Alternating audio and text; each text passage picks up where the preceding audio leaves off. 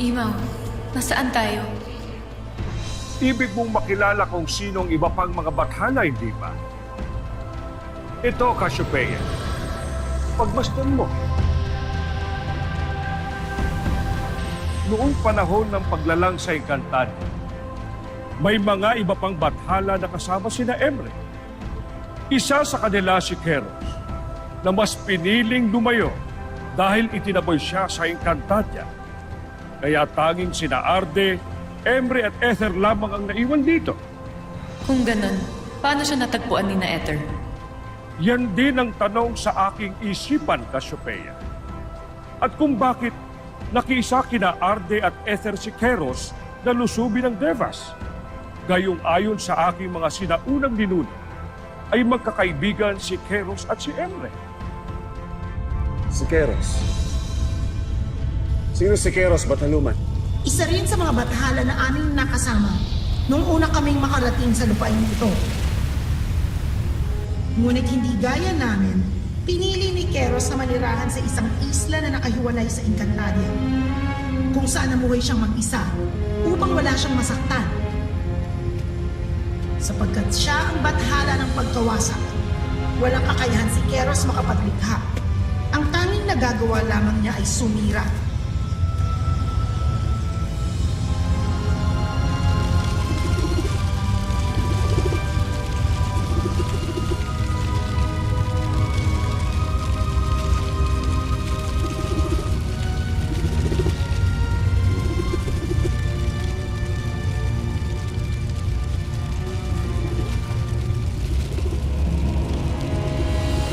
Anumang nilalang o bagay ay nasisira at napapaslang niya. Kahit na hindi yun sinasadya.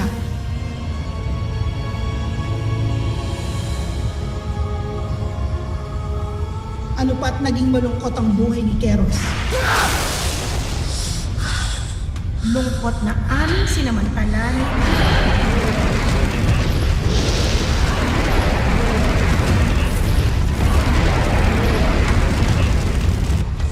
Sino ka?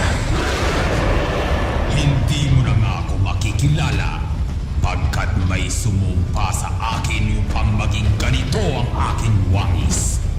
Tinig mo. Kilala ko ang iyong tinig. Antay ko ba yan? Ako nga, Keros.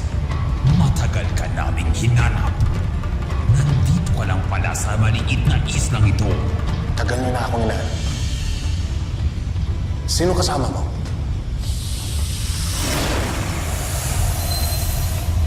Ether. Huwag ka lalapit. Hindi ko ibig masaktan kayo. Ngunit bakit kayo lang? Saan si Emre? Bakit hindi niyo siya kasama? Sapagkat si Emre ay matagal na naming nakagalit. Siya ang nagsumpa kay Arde kaya naging ganito ang kanyang wangis. Hindi ko akalain na magkakaroon ng alitan sa inyong tatlo. Kayo na, higit mapalad kaysa sa akin. Pagkat may mga kapangyarihan kayo na walang sumpa.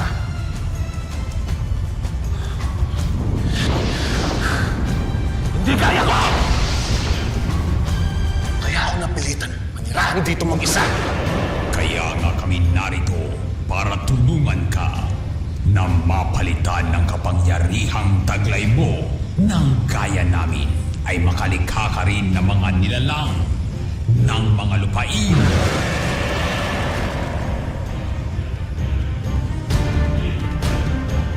At anong kapalit?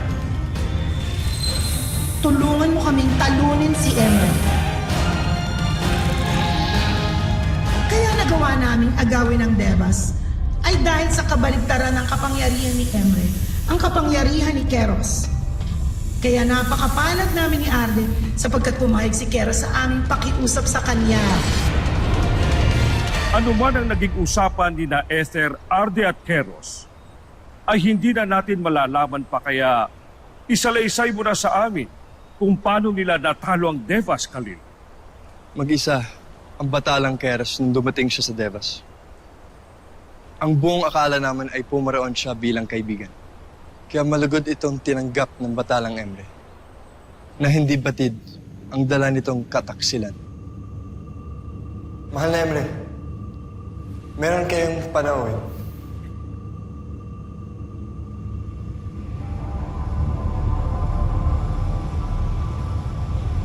Keros, aking kaibigan. Kay Buti at ako ay iyong dinalang. Isang magandang pagkakataon ito na magkasama tayo ulit. Isang magandang pagkakataon. Halika, kaibigan. Tumuli ka sa aking tahanan. Huli na ang lahat bago namin nalaman ang tunay na pakay ng bisitang batala. Keros, anong ginagawa mo? Patawarin mo ako. Pero kailangan ko lang ito talagang gawin.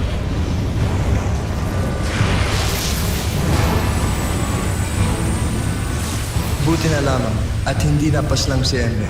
Ngunit, mahal na Emre!